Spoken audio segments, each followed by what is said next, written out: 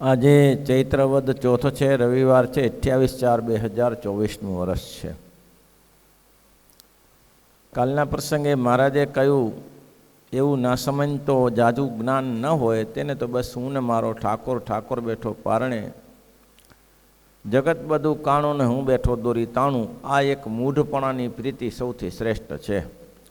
લાંબી કોઈ વિચારણા ન હોય કે બધા લોકો કેટલા અભ્યાસુ ન હોય, જ્ઞાની ન હોય, તેના માટે તો મહારાજ કે આ જ કરવું તે જરૂરી છે. નિર્વાસનિક જોઈએ, દેહ કરીને ગમે એટલી પ્રવૃત્તિ હોય, મન શુદ્ધ હોય તે તેનું ભૂંડું ના થાય.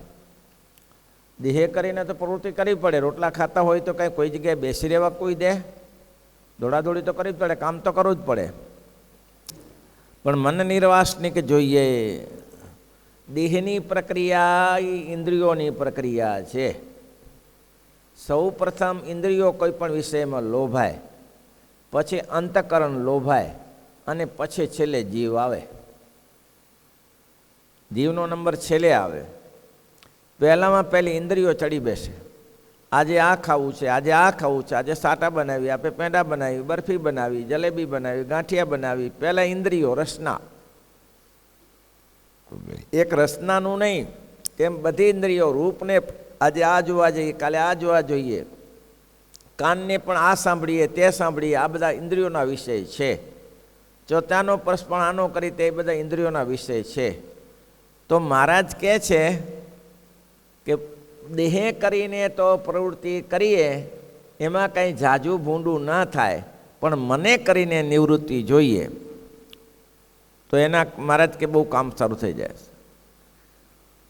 તેનું બહાર લોકમાં તો સારું જણાય, પણ તેના જીવનું અતિશય ભૂંડું થાય છે. કોનું? પ્રવૃત્તિ કરનારો માણસ છે. જુઓ, નિર્વાસનિક જોઈએ, દેહ કરીને ગમે એટલી પ્રવૃત્તિ કરો અને તે મન જો શુદ્ધ હોય તો એનું અતિ ભૂંડું થાય નહીં. અને બહાર લોકમાં તો પ્રવૃત્તિવાળાને ભૂંડા જેવું જણાય. બહાર લોકમાં જે પ્રવૃત્તિ કરતો હોય ને, 24 કલાક મારો વાલો ચોટ્યો છે. કે મોટા મોટા સંતો પ્રવૃત્તિ કરી ગયા છે. આપણા દાદા ગુરુ પરંપરામાં અચ્યુતાનંદ સ્વામી વહેલી સવારે મંગળાના દર્શન કરીને એ હંમેશા મંદિરવાળી ચાલ્યા જતા.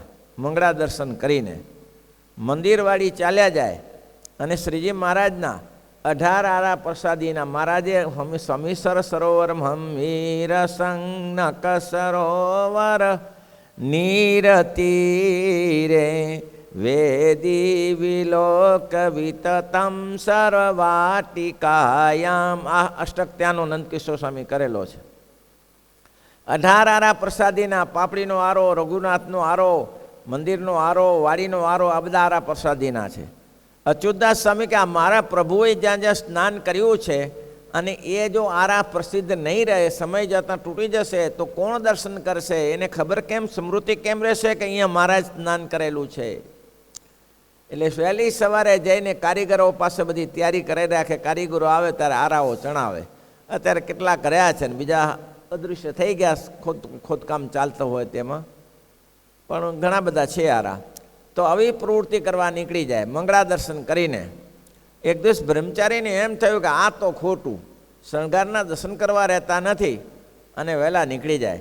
દેહ કરીને પ્રવૃત્તિ કરશો એની બહુ ઝાઝી ચિંતા નથી, પણ મહારાજે મનમાં જો એ સંકલ્પ દંશ રહી જશે તો તમારું ભૂંડું થશે. તો કે જગતની પ્રવૃત્તિ કરનારા, દેહ કરીને પ્રવૃત્તિ કરનારા સમાજમાં તો ખોટું લાગે. જોવો તો ખરા, ચોટ્યા ને ચોટ્યા રહે છે. અને લાગ્યું ને બ્રહ્મચારીને, બ્રહ્મચારી ઠપકો આપવા ગયા કે સ્વામી આ શું વળી વહેલી સવારે આવી જવાનું, મંગળા દર્શન કરીને કે વાડીમાં હાજર નહીં, ખાવાના ઠેકાણા નહીં, દર્શનના ઠેકાણા, તો શણગાર કરીને જાઓ ને, શું ઉતાવળ છે? બ્રહ્મચારીએ શાનમાં જ કહી દીધું. અચ્યુતદાસ સ્વામીએ કીધું કે બ્રહ્મચારી ઝડપી જાઓ, હો, મંદિરે જાઓ, ઠાકોરજીને વાઘા ઊંધા પહેરાવી દીધા છે. અંધારું હતું ને પહેલાં તો, લાઇટો નથી ને, દીવામાં પહેરાવાના. ઠાકોરજીને વાધા ઊંઘા પહેરાવી દીધા છે. જાઓ. આ જણસારી લોકો સત્સંગ મોટો હતો ત્યારે, મોચી લોકોનો.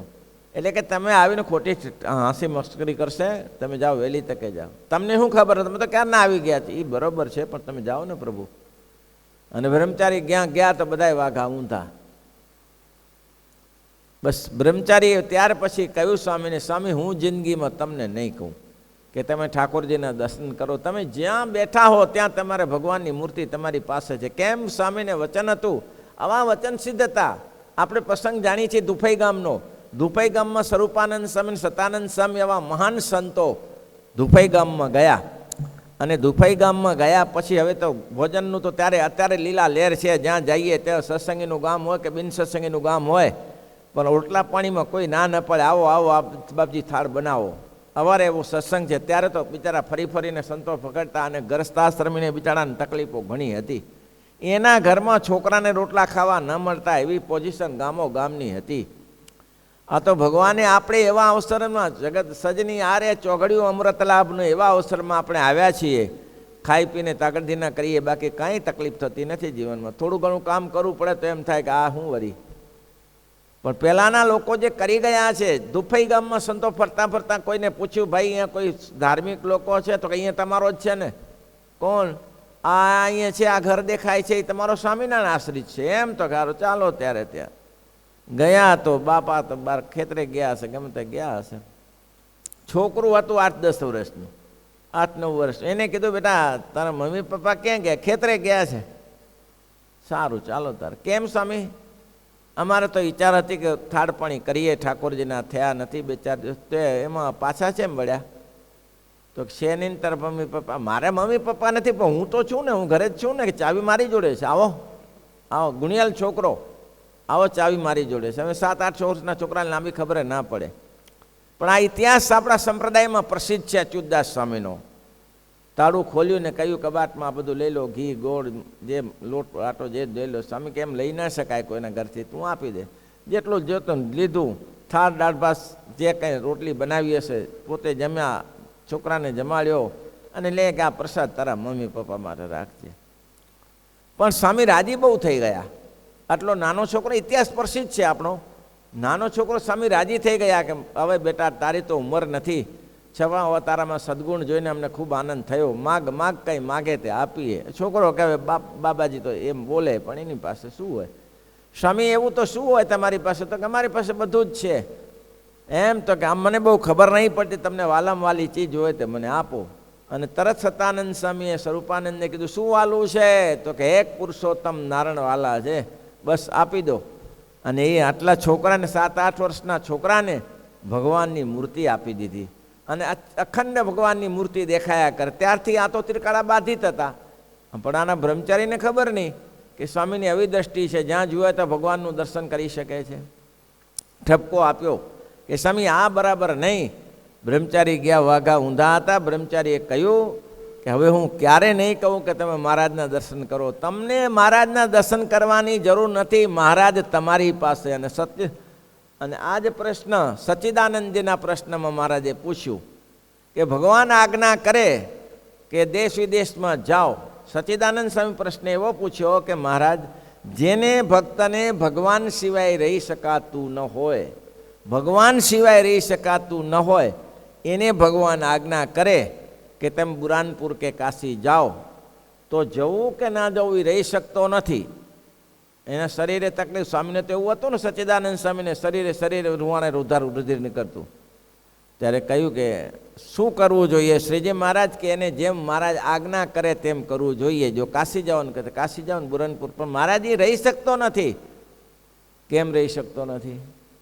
તો કે ભગવાન સિવાય રહી શકતો નથી. સ્વામી એવું નહીં હોતું. જેમ એ ભક્તને ભગવાન સિવાય ચાલતું નથી, તેમ ભગવાનને ભક્ત સિવાય ચાલતું નથી. અન્ય પ્રેમ વહે છે, એક પક્ષી પ્રેમ નથી. જો પ્રેમ એક પક્ષી કરવો જોઈએ. ભગવાન તમારી સાથે પ્રેમ કરે કે ન કરે એની તમારે ભગવાન સાથે પ્રેમ કરવો જોઈએ. પણ ભગવાન પ્રગટી બિરાજે ત્યારે મહારાજ કે એક પક્ષી પ્રેમ હોતો નથી, પક્ષી 2 પક્ષી પ્રેમ હોય છે. બંને માણસમાં પ્રેમ હોય તો ઘર ચાલે, સંસાર ચાલે, ને તો સંસાર ના ચાલે. આવી વાત થઈ. એટલે કે અંદરથી ગમે એટલું હોય પણ બહાર પ્રવૃત્તિ હોય તો સમાજમાં તો ખરાબ જેવું લાગે. સ્વામી સમર્થ થયા, સાધુ થયા, અને આ બધું કામ નિર્વાણ દ્રષ્ટિથી કામ કર્યું. એવા નિર્વાણ દ્રષ્ટિવાળા હતા તો આ પ્રવૃત્તિ કરતા હતા. જેને આટલી પોઝિશન ઊંચી હતી તેમ છતાં પ્રવૃત્તિવાળાનો ભૂંડા જેવું જણાય. અને જે મનમાં વાસના હોય ને બહારે સારી પેઠે નિવૃત્તિ પ્રાણ રહેતો હોય તો તેનું બહાર લોકમાં તો સારું જણાય, પણ અંદર કચરો ભરેલો હોય.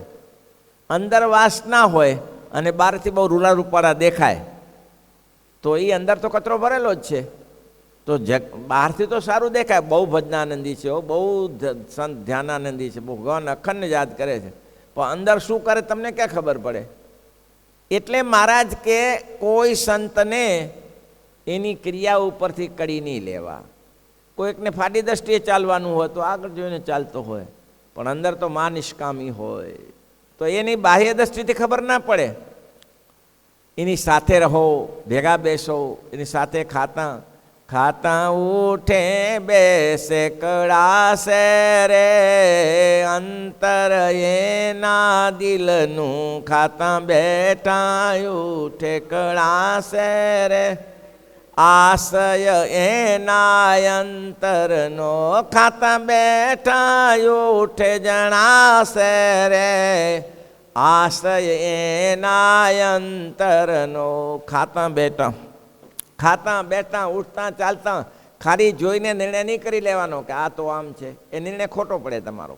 એના ભેગા બેસો, ઉઠો, વાતચીત કરો, જમો, બેસો, પથારી સાથે કરો, ત્યારે ખબર પડે કે આનામાં કેટલા ટકાવારી ભગવત પ્રસન્નતાની વાત છે. એટલે મહારાજ કે બાહ્ય દ્રષ્ટિએ તેનું સારું દેખાય પણ એના અંતઃકરણમાં તો ભૂંડું થાય છે. મુવાટણે તેવા મનમાં સંકલ્પો હોય તેવા સ્ફુરી આવે છે, જીવનું અતિશય ભૂંડું થાય. ભરતજીને સામાન્ય હતા, ભરતજીનું દ્રષ્ટાંત આપ્યું. અંતકાળે મુરગલાનું બાળક સ્ફુરી આવ્યું. આ કથા ચમત્કારી મહારાજે કહી વચનામૃત અંત્યના 19 ચમત્કારી કથા છે. કેમ?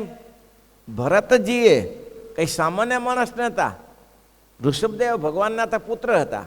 ભરતજી એના દીકરા હતા, અને આવું મોટું જાહો જલાલી આ જગતમાં અજનાભ ખંડ એવું નામ હતું. આ ભારતનું નામ હતું અજનાભ ખંડ.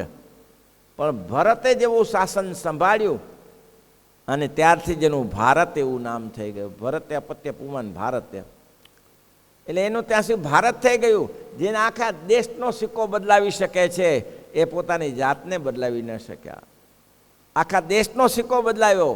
અજનાભ ખંડમયથી ભારત પાડી દીધું નામ ભરતજીએ. બોલો થયો શું? ભરતજીને અંતકાળે મૃગનું બાળક સૂર્ય આવ્યું. અખંડ ભગવાનનું પૂજન કરતા, અખંડ પૂજન કરે, નાહી ધોઈ પવિત્ર છે ને અખંડ પૂજન કર્યા પછી એને એમ થાય હજી બાકી રહી ગયું, વળી ફરી ચાલુ કરે. 24 કલાક આવું પૂજન કરનારો માણસ એક દિવસ ગંદકી નદીમાં સ્નાન કરવા ગયો, એનો આશ્રમ રસ્તામાં બંધાયેલો છે. આપણે જઈએ એટલે બેનીથી જઈએ એટલે પેલો આશ્રમ આવે છે એનો, અને ઇતિહાસનો લખેલો છે. ત્યાંય સ્વામિનારાયણ, ત્યાંય પુલાશ્રમ છે પાછું. એ પુલાશ્રમને થોડું ચાલવું પડે, ત્યાં પુલા ઓછું ચાલવું પડે. અહીં 2-4 કિલોમીટર ચાલીએ ત્યારે એ મહારાજ પધાર્યા છે. અને મહારાજ 2 પુલાશ્રમમાં પધાર્યા છે. પહેલામાં તપ કર્યું ને અહીંયા મહારાજ દર્શન કરવા ગયા છે પુલાશ્રમમાં. ઘણાને ઉપાસનાઓ જતા હોય છે. ત્યાં ગંદકી નદીમાં સ્નાન કરવા ગયા. સ્નાન કરીને સૂર્યને અર્ઘ્ય આપતા હતા. અર્ઘ્ય આપતા હતા એમાં પેલી ગર્ભવતી કોઈક મૃગલી હશે, અને ગર્ભવતી મુગલીને પાછળ સિંહે તાળ મારી એટલે ભડકી અને ત્યાં સલંગ મારી ને પહેલી બાજુ ચાલી જે કથા પ્રસિદ્ધ છે. ત્યાં ગર્ભ સરી પડ્યો પાણીમાં. જે ગર્ભ સરી પડ્યો અહીંયાના અંજલી ભરવા જતાના હાથમાં આવ્યો. ઓહો, આ શું! લઈ લીધો, લઈને પોતાના આશ્રમમાં લઈ ગયા. ખોટું કર્યું કે સાચું કર્યું? એને તણાવવા દેવાની જરૂર હતી. એ મૃગલાના બાળકને તણાવવા દીધું હોત તો તણાવવા દેવાય? જીવનો બચાવ કરવો એ જરૂર હતી કે નહીં? તો પછી એમ કર્યું હોત તો કાઢીને મૂકી દીધું હોત તો, પાણીમાંથી બહાર કાઢીને મૂકી દીધું હોત તો યોગ્ય નથી. તણાવવા દીધું હોત તો મરી ગયું હોત, બહારે કાઢ્યું હતો જો હિંસક પ્રાણી મારી નાખ્યું હોત, એ યોગ્ય નહોતું. એટલે આમને શું કર્યું? પોતાના આશ્રમમાં લઈ ગયા, પ્રણકુટીમાં, અને દરરોજ એને દૂધ ગમે ત્યાંથી બકરીનું દૂધ લઈને પાય. આવી રીતે બ્રગનું માર મોટું કર્યું. ખોટું નહોતું કર્યું. જરૂરી છે દયા હોવી જરૂર. દયા નથી જેના દિલમાં દયા નથી, લુખ્ખો માણસ. દયા તો હોવી જ જોઈએ. કોઈને દુખ્યો રહે દેખી ન ખમાય, દયા આણી રે અતિશય આકડા થાય. અંધન વસ્ત્ર રે આપીને દુઃખ કારણે, કરુણા દ્રષ્ટિ રે દેખી વાન જ વાળે. આવું શ્રીજી મહારાજનું હતું. કોઈને દુખ્યો દેખી શકતા નહોતા, કરુણાનિધિ એવા ભગવાન હતા, કોઈને દુખ્યો ના દેખી શકે. તો એ કર્યું ખોટું નહોતું કર્યું, એ બાળકને લીધું એ સારું કર્યું, પોતાની પર્ણકુટીમાં લઈ ગયા એ સારું કર્યું, એને દૂધ ગમે ત્યાંથી લઈને માગીને દૂધ પીવડાવ્યું એ પણ સારું કર્યું. પણ જ્યારે એ મૃગલું હાલતું ચાલતું થયું અને પોતાની રીતે વિચરણ કરતું થયું ત્યારે પડતું મૂકી દેવાની જરૂર હતી. પાછળ એની પાછળ દોડવાની જરૂર નથી. હવે ચાલુ થઈ ગયું. એટલો જીવ બચાવ, જીવદયા આટલી કરાય. કોઈ ગાય ભેંસ હોય એને તમારા આશ્રમમાં લઈને રાખો કે ના રાખો જરૂર, એને બીમાર હોય તો દવા તમે કરી શકો છો, એ જરૂરી છે. ઋષભદેવ ભગવાન તો તેના બાપ હતા, તો પણ તે એમ થયું માટે મને કરીને નિર્વાસની કરેવું. પરિણામ શું આવ્યું? એ મૃગલું ત્યાં જ રહ્યું, અંતિમ સમો થઈ ગયો, એનો સમય પૂરો થઈ ગયો. અને હવે આને ભરતજીને મૃગલા વગર ચાલતું નથી. મૃગલું જો સહેજ મોડું આવે તો લાકડી લઈને જાય, હે મૃગબાળ, હે મૃગબાળ, હે બેટા, હે મૃગબાળ કરતા મૃગલાને શોધવા જાય. આવી ઘેલના થઈ ગઈ, બોલો. અને એમ કહેવાય છે અંત સમયે પોતાનો પિરિયડ પૂરો થઈ ગયો આ પૃથ્વી ઉપરનો, અને અંત સમયે એ મૃગને બહાર જોતા જોતા મૃગ પણ એને જોયે છે, ને મૃગલાને સમય કે મારો માલિક જાય છે. આને થયું કે બસ હવે આનું કોણ, આનું કોણ? એના રાજ્યમાં કોઈ મૃગલા નહોતા. કેટલી મોટી પ્રજા હશે. 100 તો ભાઈઓ હતા ભરતજીને, 100 ભાઈઓ હતા, તેનો ઉપરી અધિકારી હતો આ માણસ. બધું જ હશે, બંધન ના થાય એટલા માટે. સાધુને માટે બહુ મહત્વનું છે કે સાધુઓ ગરસાશ્રમ છોડીને ત્યાગાશ્રમમાં આવે પછી બધી જ પ્રવૃત્તિ કરવાની. મહારાજે કીધું ને, પ્રવૃત્તિ કરે ને જગતમાં તો થોડું ખરાબ જેવું જણાય, પણ અંતર જો મનથી નિર્વાસનિક રહે તો કંઈ ખરાબ નહીં, સારામાં સારું છે. અને જે આમ બેઠો રહે ઢોંગની કરીને, પલેઠી વાળીને બેઠો રહે, અહમ બ્રહ્માસ્મી કરીને, એને બાહ્ય દ્રષ્ટિએ તો લોકો જો તેમ લાગે કે બહુ સારા ત્યાં તપસ્વી છે, આના ઉપમા ના આપી શકાય એવા ત્યાગી છે. પણ મહારાજ કે જો અંદર જો સંકલ્પ કલરનો ઘાટ રહેતો હોય તો મહારાજ કે અંત સમયનું બગડી જાય છે. ભરતજીનું અંત સમય બગડી ગયું. મૃગબાળને જોતા જોતા દેહ મૂક્યો. આટલા જ્ઞાની તપસ્વી, જ્ઞાની ધાની ને તાપસ, સને ગીતામાં લખે છે, લાગ્યા ધક્કા ધર પર. જ્ઞાની ધ્યાનીને ધક્કા લાગ્યા છે. જ્ઞાની હોય ધ્યાની હોય તેને પણ ધક્કા લાગ્યા છે. આ મૃગનું બચ્ચું જોતો જોતો શરીર છૂટી ગયું. હવે મૃગમાં આસક્તિ રહી તો ભરત જેવો ભરત બીજા જન્મનો મૃગાકારે થયો. પણ જ્ઞાન રહ્યું, જ્ઞાન રહ્યું, હું કોણ છું. સત્સંગમાં એક કિસ્સો બનેલો છે. સત્સંગમાં છોકરાને તે કોઈ છોકરો નહીં, ને આમની ઉંમર થઈ ગઈ, એને ઉંમર મૃત્યુ વળ્યા, એને વિચાર આવ્યો, જુઓ તો ખરા ભગવાનની કરામત તો જુઓ, એકનો એક છોકરો, એને સંતાન નથી, મારો વંશ નિર્વંશ જશે. આમ કરતા દેહ છોડી દીધો. છોકરાનું ચિંતન કરતા દેહ છોડી દીધો. અને પછી એના દીકરાને તે જન્મ્યા. બોલો, જેના કારણે વાસનાને જ્ઞાન રહ્યું. પુત્ર વધુ એને ધવડાવવા જાય પણ આ ધાવે નહીં, ધવડાવવા જાય પણ ધાવે નહીં. કેમ? પુત્ર વધુ જાણતી નથી કે આ મારા સસરા છે, આ તો જાણે છે ને મારી બહુ પુત્ર વધુ છે. ધાવ્યા નહીં ને 7મે દિવસે દેહ છોડી દીધો. 7મે દિવસે દેહ છોડી દીધો. આવું થયું. પેલો જાણે છે કે આ મારી પુત્ર વધુ છે, એને હું કેમ તનપાન કરું? તો મહારાજ કેવું જગતમાં નહીં કહેતા આ છોકરાનું મોઢું કેવું છે, તો કે દાદા જેવું છે. દાદા નહીં, દાદા પોતે પ્રત્યક્ષ બિરાજે જ છે. દાદા જેવું નહીં, દાદા જ. વાસના રહે તો દાદા થઈને પાછા આવે, વાસના ના રખાય. પ્રથમ રાજ્ય મેળ્યું હતું. ઋષભદેવ ભગવાન તો પોતાના બાપ હતા, તો પણ એમ થયું માટે મને કરીને નિર્વાસનિક રહેવું એવો અમારો મત છે. મન નિર્વાસનિક જોઈએ. અને ઉપવાસ કરવા તેણે કરીને દેહ દુર્બળ થાય ત્યારે મન પણ દુર્બળ થાય ખરું, પણ જ્યારે દેહ પુષ્ટ થાય ત્યારે પછી મન પુષ્ટ થાય. સ્વાભાવિક બાબત છે. જેમાં ઉપવાસ કરીએ બીજે દી ભૂખ લાગે, ભૂખ તો લાગે, શરીર છે, શરીરમાં તો ખાધા ખોરાકી જોઈએ, તો પછી બમણો ખાંગો ખાય. પહેલાં જ્યારે ઉપવાસ કરે ત્યારે ઇન્દ્રિયો શાંત થઈ જાય, ઇન્દ્રિયોના ઘાટ બંધ થઈ જાય. પણ ખાય ત્યારે પછી એમને હાલાડું ચાલુ, ડબલ ખાઈ લે, ઇન્દ્રિયોમાં વિકાર થાય, જોવાનો, ખાવાનો, ફરવાનો બધો વિકાર થાય. એટલે મહારાજ કહે છે અહીંયા ઉપવાસ કરવાનું અમે તમને એવું કહેતા નથી. જ્યારે પુષ્ટ થાય ત્યારે વળી મન પુષ્ટ થાય. માટે દેહે કરીને ત્યાગ ને મને કરીને ત્યાગી બે ભેણા જોઈએ. આ બહુ સમજવા જેવું છે. દેહે કરીને ત્યાગ એટલે ઇન્દ્રિયોનો ત્યાગ અને મનનો ત્યાગ, મન બુદ્ધિ ચિત્તનો ત્યાગ, આ બંને ભેગા જોઈએ. એમાં એકનો ત્યાગ હોય ને એકનો ન હોય તો ના થાય. મન બુદ્ધિ ચિત્ત અને 10 ઇન્દ્રિયોનો ત્યાગ બે સાથે જોઈએ, તો જ મહારાજ કે ભગવાન રાજી થાય. ને મનગમતું સર્વે મૂકીને, મનગમતું એક તમાને રીઝાવાને, એક મન કર્મ વચને ગોવિંદજી, મન કર્મ વચને ગોવિંદજી, ગુણ તમારા ગાવાને, ગુણ